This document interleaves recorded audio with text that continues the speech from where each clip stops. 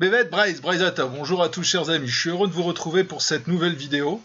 Ça faisait un moment que je n'avais pas fait de vidéo, j'attendais patiemment que le matériel s'accumule, que les actualités nous apportent de nouveaux rebondissements, si vous voulez, afin de les analyser avec vous. J'ai pas été déçu, je crois que vous non plus, si je puis m'exprimer ainsi, puisque comme vous l'avez vu, nous avons été largement servis en matière de rebondissement à caractère coranique. Premier événement qui date d'il y a maintenant un peu plus d'une semaine, c'est bien évidemment l'attaque islamiste d'Orly, perpétrée par un certain Zied Ben Belgassem,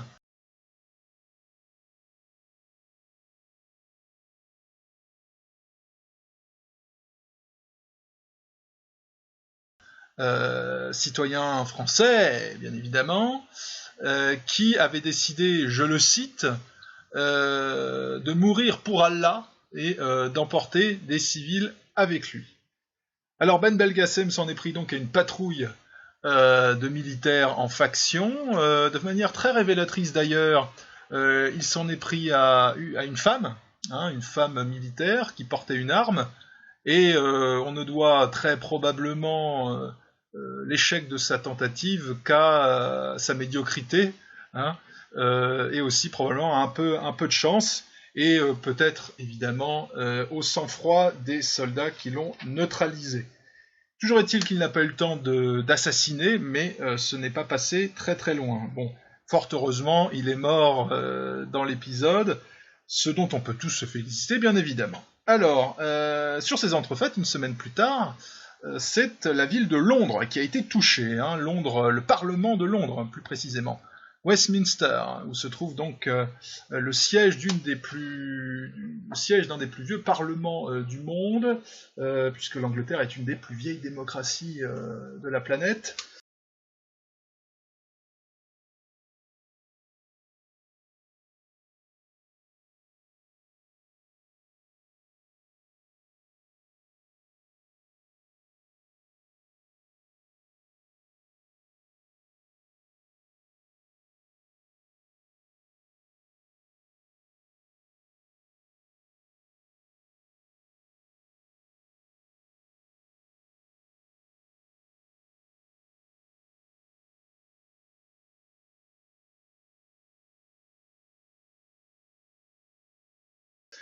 Attaque au véhicule, classique, maintenant vous êtes assez familier de ces méthodes, vous vous rappelez de Nice évidemment l'été dernier. Donc véhicule, on fonce dans la foule, on est équipé d'une arme ou d'un couteau, et ensuite on essaie de tuer un maximum de gens. Alors Khalil Massoud, encore un Britannique, vous l'aurez remarqué, converti mais d'origine trouble, il a l'air d'être plus ou moins afro-caribéen ou quelque chose comme ça. Khalil Massoud, converti à l'islam, a réussi à blesser très grièvement évidemment des passants. Il a tué un policier avant d'être lui-même liquidé par les forces de sécurité. Et en fait, vous allez voir que durant cette vidéo, je voulais faire un parallèle avec différents événements, différentes évolutions dans plusieurs pays. France, Grande-Bretagne, Canada principalement, et vous allez voir où je veux en venir. Et puis il y a aussi une tentative avortée en Belgique, à Anvers plus précisément, en Flandre, où un citoyen français, avec un nom très très français, a tenté là aussi d'assassiner des passants. Donc là, ça n'a pas fonctionné. Donc, vous l'avez vu, en très peu de temps, des tentatives d'attentat ou des attentats, des morts, et puis, pas uniquement. Puisque dans le même temps, l'islamisation et l'immigration de masse faisant leur office, il y a un processus politique et culturel qui se couple à ces phases de terreur. Et là, je vais faire mention de Clichy. Clichy, qui est dans la région parisienne, enfin qui est qui est près de Paris. Clichy qui est le théâtre de tensions très vives entre les musulmans de cette ville et les autorités, le gouvernement et la mairie. Alors, à quoi fais-je mention? Eh bien, les musulmans occupaient une mosquée illégalement, puisque les murs, les locaux appartiennent donc à la municipalité qui a décidé d'y construire une médiathèque, expulsion et du coup protestation. Protestation de rue, sous la supervision des forces de l'ordre, des CRS. Oui, la police a reçu l'ordre de laisser faire une prière publique en pleine rue, un vendredi, à Clichy. Je vous invite à regarder les images, je n'invente rien.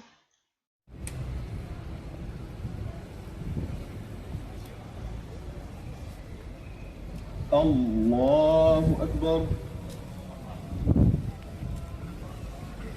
Alhamdulillahi Rabbil Alamin. Allahu Akbar. Allahu Akbar.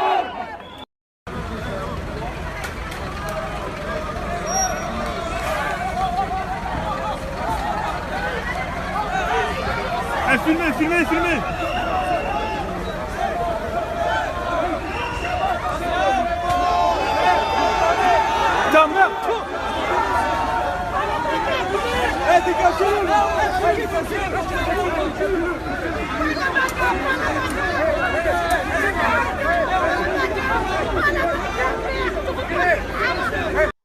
Et comme vous le voyez, donc il y a même eu des appels très clairs, très revendicatifs à la lutte pour l'islam. Allah Akbar, c'est comment dirais-je, l'appel qu'on entend très souvent, surtout, vous savez, quand pour se donner du courage, comme disait ce procureur lors d'une attaque au véhicule, il y a de ça maintenant peut-être un peu plus presque 2 ans maintenant, il crie Allah Akbar pour se donner du courage. Il se donne du courage comme ça en criant Allah Akbar. Ben là, il criait Allah Akbar pour se donner du courage pour récupérer la mosquée illégale. Fascinant. Donc à Clichy. Donc prière de rue, et comme vous le savez, en France, pays laïque, comme le garantit d'ailleurs le gouvernement socialiste, on peut donc organiser des prières de rue sous la supervision de la police, ça ne pose pas particulièrement de problème. On peut crier Allah Akbar en face de la mairie pour intimider les autorités, ça ne pose pas davantage de problème non plus. Et, vous allez voir que j'ai l'esprit de suite, sur les lieux, un certain Marwan Muhammad, j'ai déjà eu l'occasion de parler de cet individu qui est membre du CCIF, Collectif contre l'islamophobie en France, qui est une organisation gigogne des frères musulmans, donc le groupe extrémiste musulman créé en Égypte par le grand-père de Tariq Ramadan. Tariq Ramadan qui est lui un Égyptien s'étant installé en Suisse, d'où il opère un peu partout.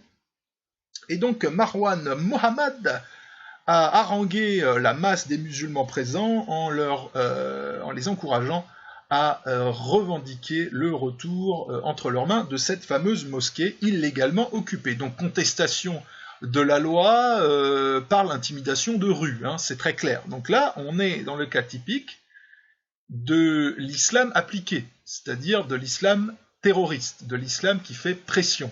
Le terrorisme, c'est un mécanisme de guerre psychologique. Ce n'est pas systématiquement sanglant. Il y a plusieurs phases dans le terrorisme, il y a plusieurs ficelles techniques et tactiques dans le terrorisme. Donc vous pouvez foncer sur la foule en voiture, vous pouvez vous faire exploser, mais vous pouvez aussi tout simplement faire un énorme rassemblement et invectiver le moindre responsable politique qui passe, ou même intimider la population. Ça rentre aussi dans le jeu.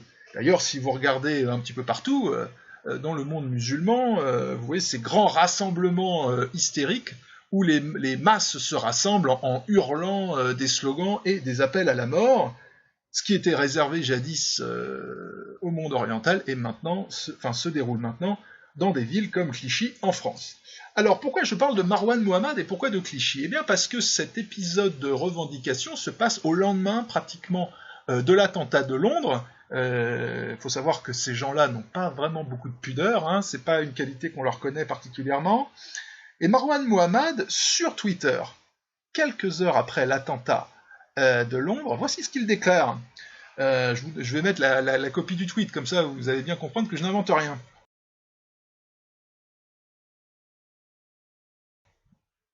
Alors je le lis quand même avec vous, Marwan. Et quand on aura poussé les gens à bout, donc les gens c'est les musulmans, hein, et quand on aura poussé les gens à bout, que le dialogue ne sera plus possible,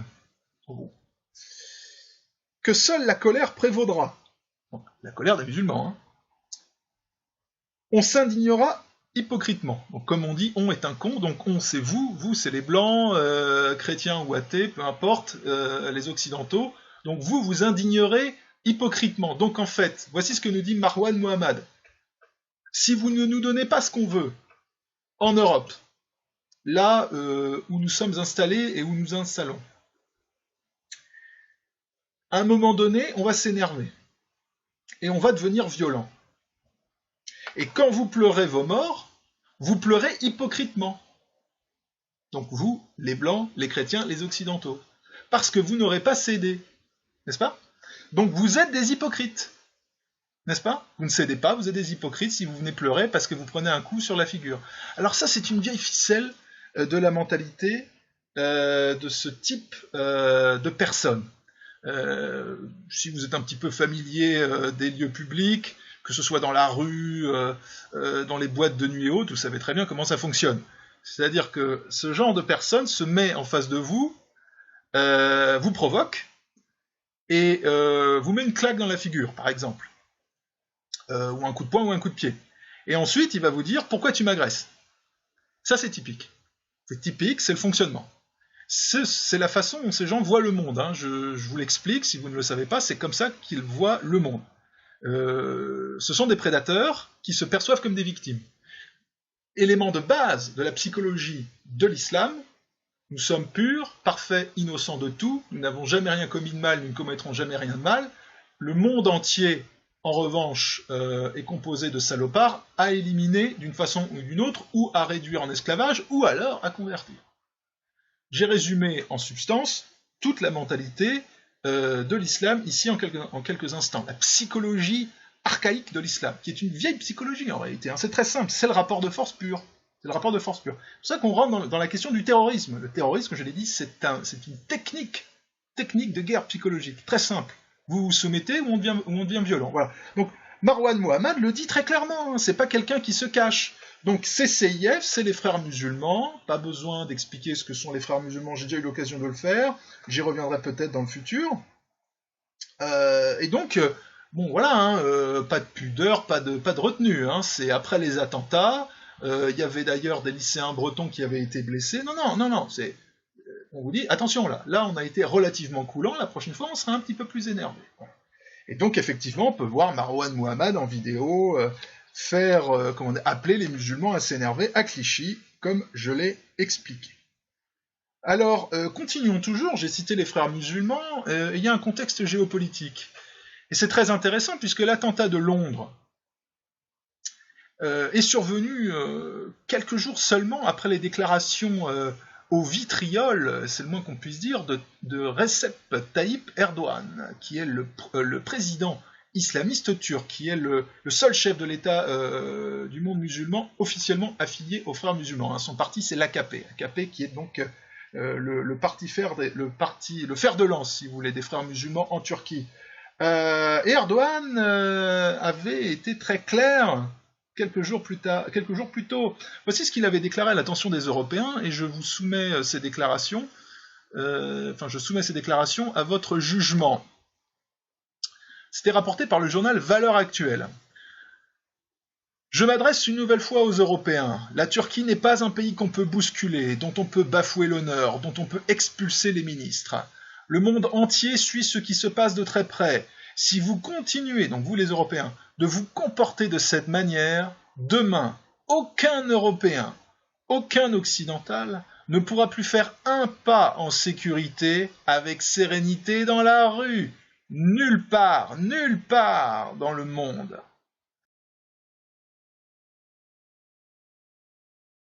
Cette déclaration a été précédée d'autres, dans lesquelles Erdogan expliquait qu'il y allait avoir une guerre de religion en Europe.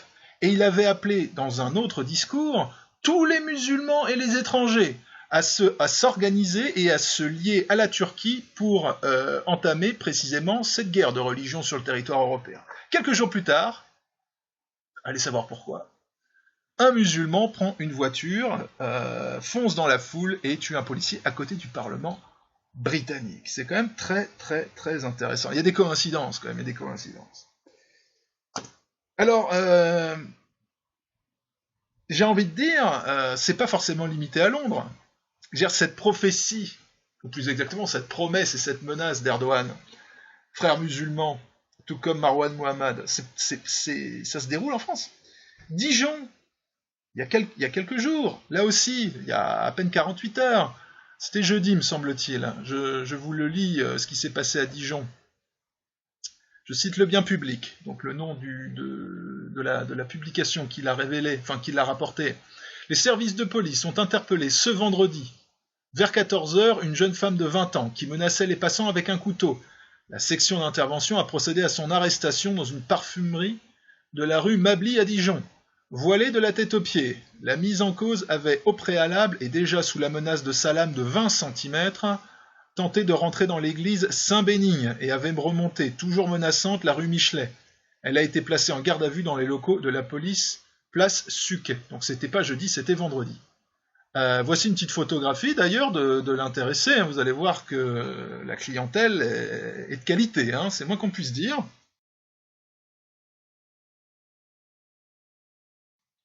Donc voilà.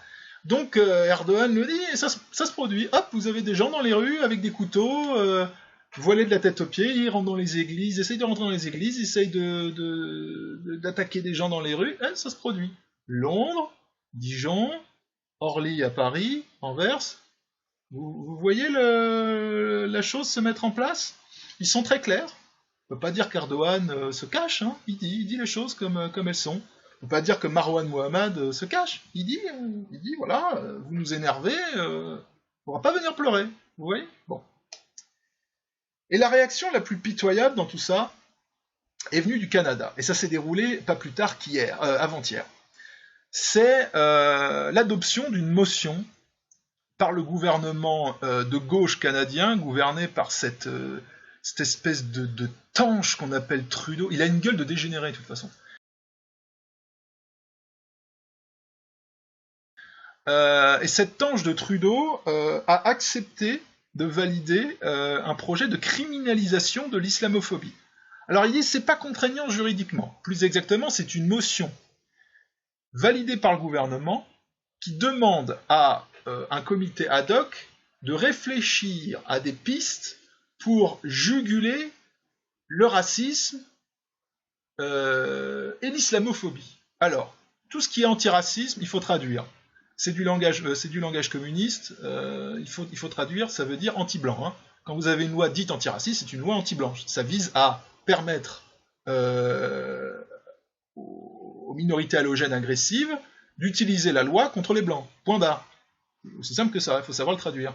Et c'est spécifié islamophobie. Alors, c'est la première fois dans le monde occidental que ce concept fait son entrée dans un parlement au point de déclencher une volonté de la part d'un État occidental de juguler ce phénomène, ce pseudo-phénomène. Alors, islamophobie d'abord, je vais y revenir, je sais que beaucoup d'entre vous savent pertinemment ce que ça veut dire qu'islamophobie, enfin le pseudo-terme islamophobie. C'est très simple, ça se décompose en deux termes. Islam. Alors vous allez me dire, je sais ce que c'est l'islam. Oui, mais cherchons le sens du mot islam, quand même. Alors il y a plein d'abrutis, de pervers, selon, ou de gens qui, honnêtement, n'ont pas les connaissances et qui ne le savent pas, qui pensent que islam, ça veut dire paix. Non. Islam, ça veut dire soumission. Soumission. Soumission à quoi? À Mahomet, au prophète des musulmans, et à Allah, n'est-ce pas? Donc, soumission aux musulmans. Comprenez? Bon. Islam, soumission aux musulmans. Phobie, vous savez ce que ça veut dire, phobie, ça vient du grec, ça veut dire peur ou crainte. Donc au sens strict, islamophobie, ça veut dire, ça dénonce ceux qui craignent la soumission, ceux qui craignent d'être soumis aux musulmans. Donc si vous craignez d'être soumis aux musulmans, j'ai une mauvaise nouvelle pour vous, vous êtes un islamophobe, ce qui veut dire que vous êtes désormais au Canada dans la ligne de mire du gouvernement de gauche. Voilà. Vous comprenez un petit peu le langage, comment ça fonctionne, comment les mots sont piégés, comment ils servent à emprisonner les gens pour ensuite les mener à l'abattoir? C'est comme ça que ça fonctionne. Il faut s'y intéresser, toujours analyser les termes. Dès que ce sont des termes abstraits, interrogez-vous. Par exemple, j'étais très intéressé de voir les réactions des élus socialistes, en Bretagne notamment. Moi je suis beaucoup la Bretagne, évidemment, je suis breton donc ça m'intéresse. Et j'ai regardé et j'ai vu des gens, des élus, des maires, etc., qui feignaient de s'indigner suite à l'attentat de Londres. Bon. Ce sont les mêmes qui font venir des immigrés clandestins afro-musulmans dans les communes de France et de Navarre. On est d'accord. C'est eux qui les imposent à la population. On est bien d'accord. Notamment les socialistes. Pas uniquement d'ailleurs, mais notamment les socialistes.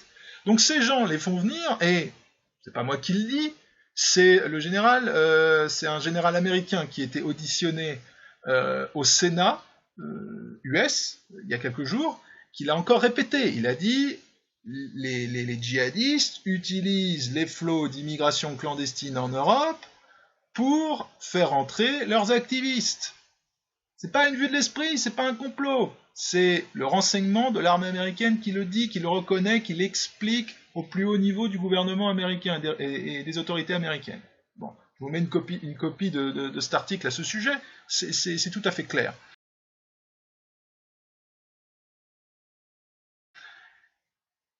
Et pourtant, il y a une persévérance. Alors, comme dit l'adage populaire, l'erreur est humaine, persévérer est diabolique.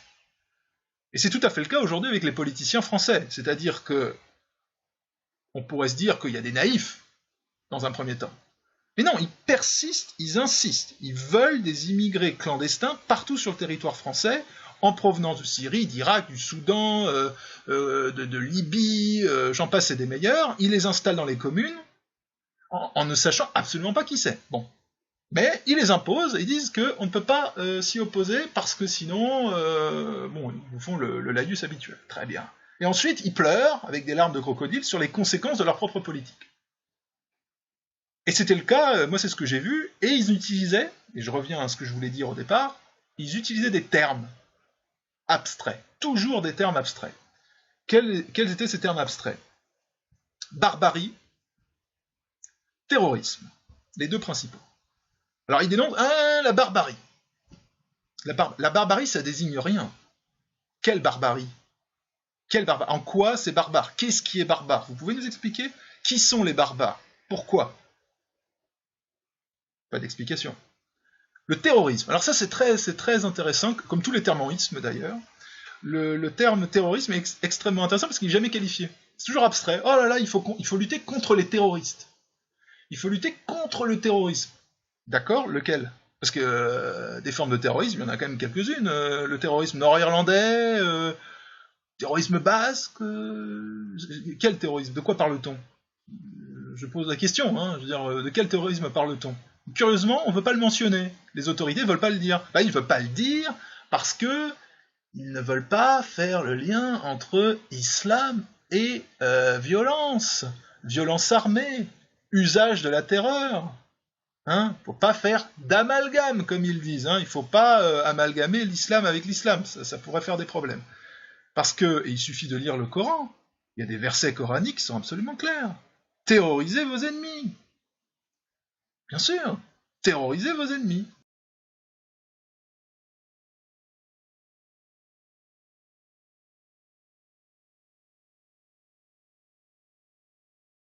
Il est légitime de terroriser les ennemis de l'islam. Il faut les, comment dirais-je, il faut les soumettre.